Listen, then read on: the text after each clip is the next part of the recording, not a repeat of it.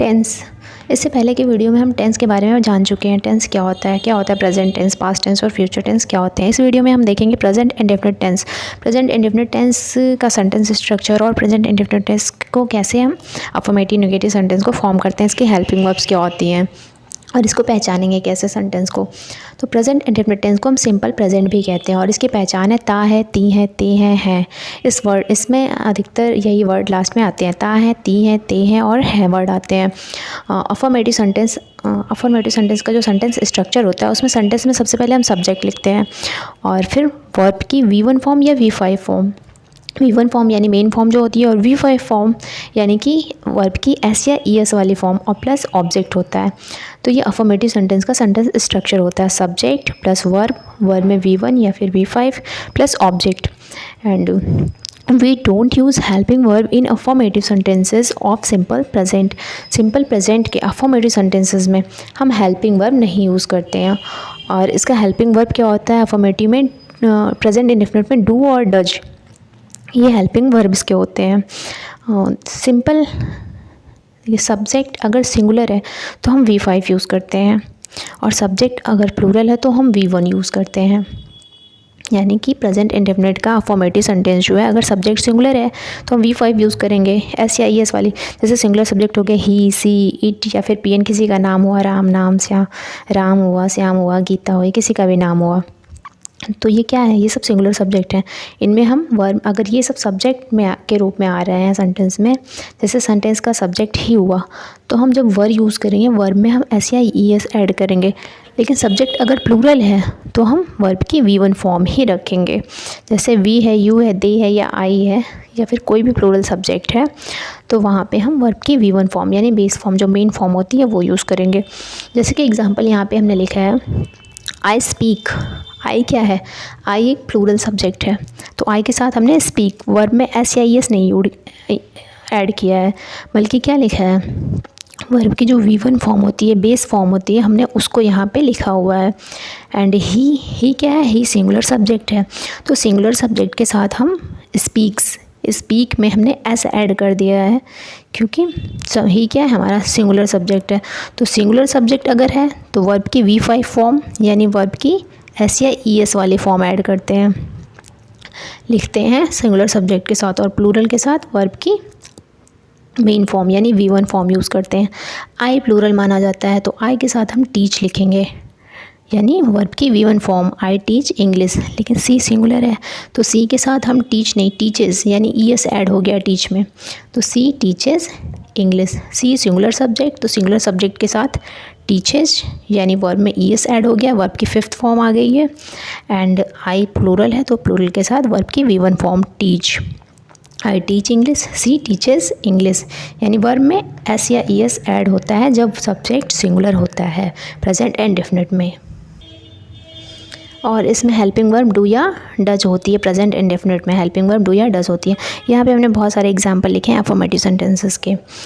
तो affirmative sentence के example देखते हैं। अफर्मेटिव सेंटेंस जैसे मैं रोज़ सुबह 5 बजे उठता हूँ, तो मैं सब्जेक्ट क्या है, प्लूरल है तो प्लूरल के साथ I wake up every morning at 5।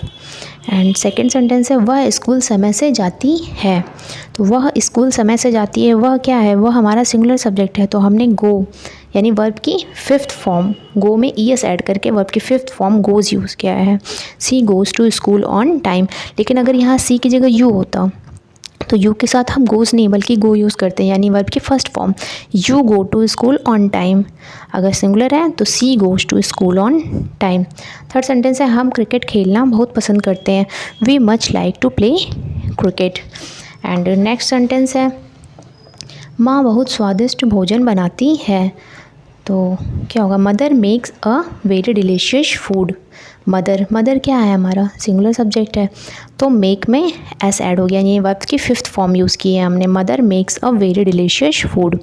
मेरी बहन बहुत अच्छा गाना गाती है, my sister sings very well. My sister singular है सब्जेक्ट, एक व्यक्ति ही है तो सिंग्स यानी वर्ब की 5th फॉर्म यूज़ हुई है।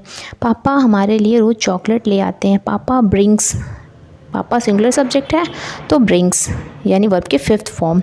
ब्रिंग में हमने एस ऐड कर दिया है। अस चॉकलेट एवरी डे, नदी पुल के नीचे से बहती है। The river flows under the bridge, the river flows यानी फ्लो में एस ऐड हुआ है, ये वर्ब की फिफ्थ फॉर्म है। हमारे माता पिता हमारी बहुत परवाह करते हैं। अब यहाँ पे जो हमारा सब्जेक्ट है वो प्लूरल है, आवर पेरेंट्स। तो यहाँ पे हमने केयर्स नहीं बल्कि केयर यानी वी1 जो होता है वर्ब की जो बेस फॉर्म मेन फॉर्म होती है, हमने वर्ब की फर्स्ट फॉर्म यूज़ की है। Our parents care about us a lot. मैं पार्क में घूमना बहुत पसंद करता हूँ। I like to walk in park. I plural subject माना जाता है तो आई के साथ लाइक वर्ब की फर्स्ट फॉर्म। अगर यहाँ पे सी होता या ही होता तो क्या होता, या फिर किसी का नाम होता, मान लीजिए राम लिखा होता तो क्या होता, राम फिर लाइक नहीं बल्कि लाइक में एस ऐड हो जाता। Ram likes to walk in the park. ये हो गया अफर्मेटिव सेंटेंस के एग्जाम्पल। अब है निगेटिव सेंटेंस। निगेटिव सेंटेंस में हम अफर्मेटिव में डू या डज का यूज़ नहीं कर रहे थे बल्कि हम वर्ब की V1 और V5 फॉर्म यूज़ कर रहे थे। लेकिन निगेटिव सेंटेंस में क्या होता है, इसमें हेल्पिंग वर्ब यूज़ होती है निगेटिव में, डू और डज। और डू और डज के साथ हमेशा वर्ब की V1 फॉर्म यानी फर्स्ट फॉर्म ही यूज़ होती है। यहाँ एस या एस नहीं यूज़ होगा बल्कि डू या डज जो है ये सब्जेक्ट के अकॉर्डिंग लगेंगे। अगर सब्जेक्ट प्लूरल है तो डू और सब्जेक्ट सिंगुलर है तो डज यूज़ होगा। और not plus V1 plus object यानी सब्जेक्ट प्लस डू या does plus not plus V1 यानी वर्ब की फर्स्ट फॉर्म प्लस ऑब्जेक्ट। ये बात हमेशा याद रखिएगा कि डू या डज के साथ V1 यानी वर्ब की जो फिफ्थ फॉर्म होती है, वर्ब की जो फिफ्थ फॉर्म होती है वो केवल प्रेजेंट एंड डेफिनेट के अफर्मेटिव सेंटेंस तक ही सीमित है। वर्ब के 5 फॉर्म हम पढ़ते हैं, V1 V2 V3 V4 verb plus ING and V5। V5 जो होती है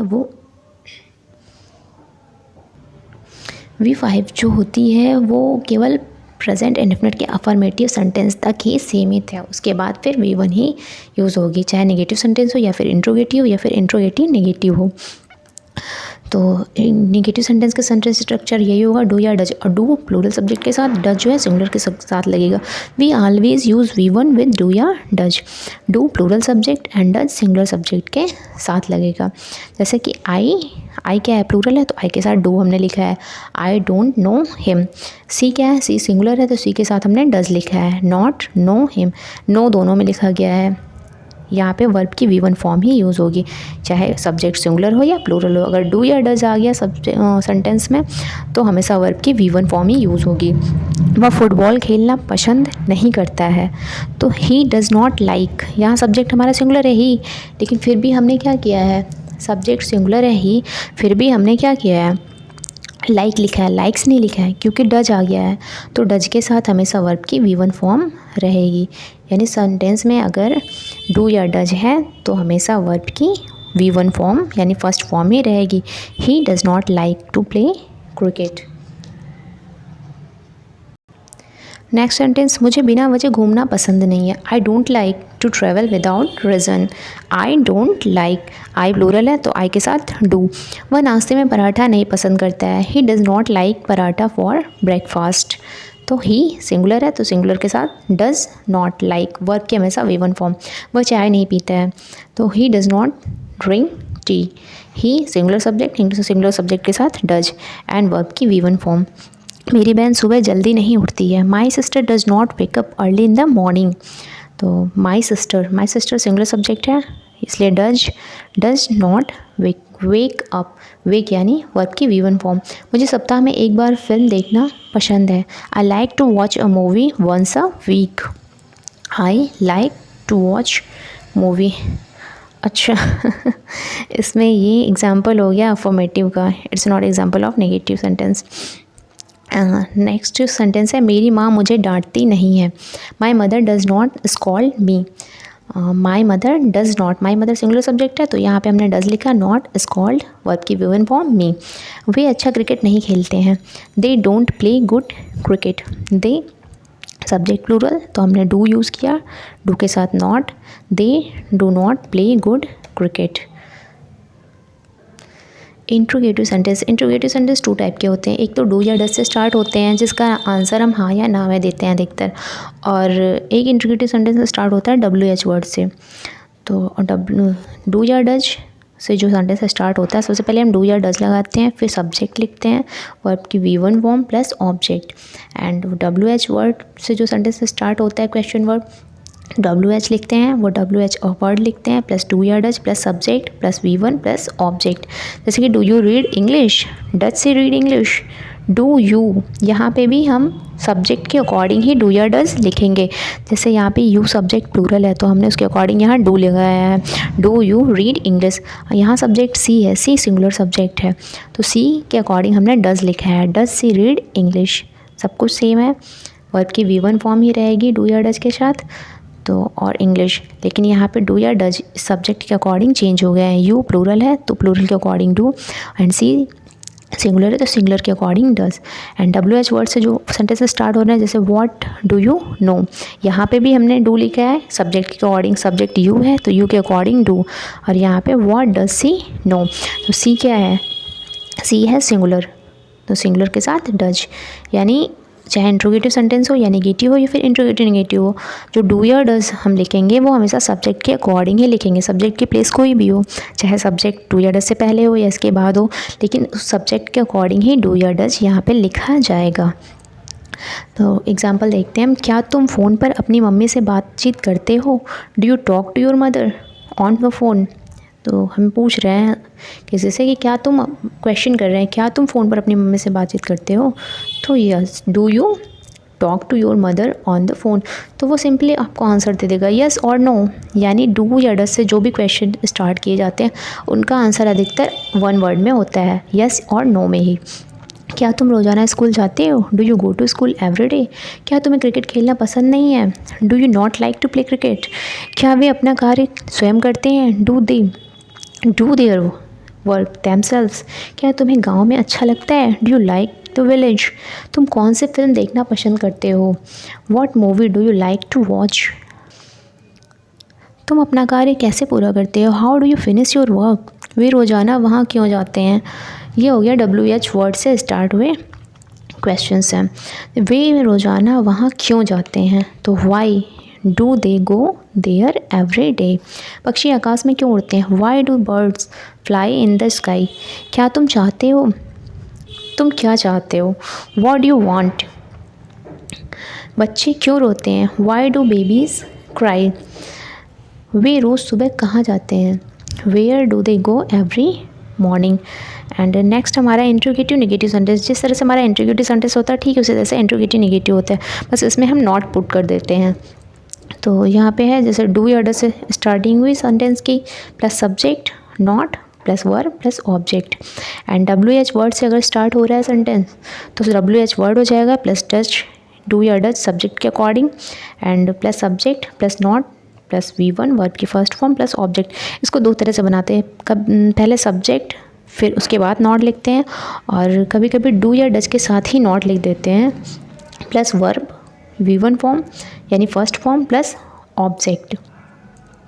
यानी जब सेंटेंस में सब्जेक्ट है तो सब्जेक्ट के बाद हम नॉट लिखेंगे।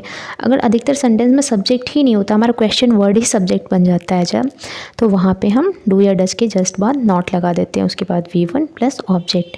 इसका एक एग्जांपल है, क्या तुम घूमना पसंद नहीं करते हो, do you not like to travel. तो ये सिंपली बस इंट्रोगेटिव सेंटेंस की तरह है, इसमें केवल नॉट पुट करना है। जैसे कि हम अफर्मेटिव थे, अफर्मेटिव के बाद हमने नेगेटिव सेंटेंस बनाया, उसमें नॉट पुट किया, ठीक उसी तरह से इंट्रोगेटिव में भी, इंट्रोगेटिव हमने देखा अभी, इंट्रोगेटिव नेगेटिव जो होता है इसमें सिर्फ नॉट पुट करना होता है, बाकी ये इंट्रोगेटिव सेंटेंस की तरह ही रहेगा। तो ये हो गया हमारा present indefinite sentence. Present indefinite tense हमने यहाँ पे पूरा देख लिया है। नेक्स्ट वीडियो में हम मिलेंगे प्रेजेंट कंटिन्यूअस टेंस के साथ। तो thanks for watching this video and please like and subscribe this video.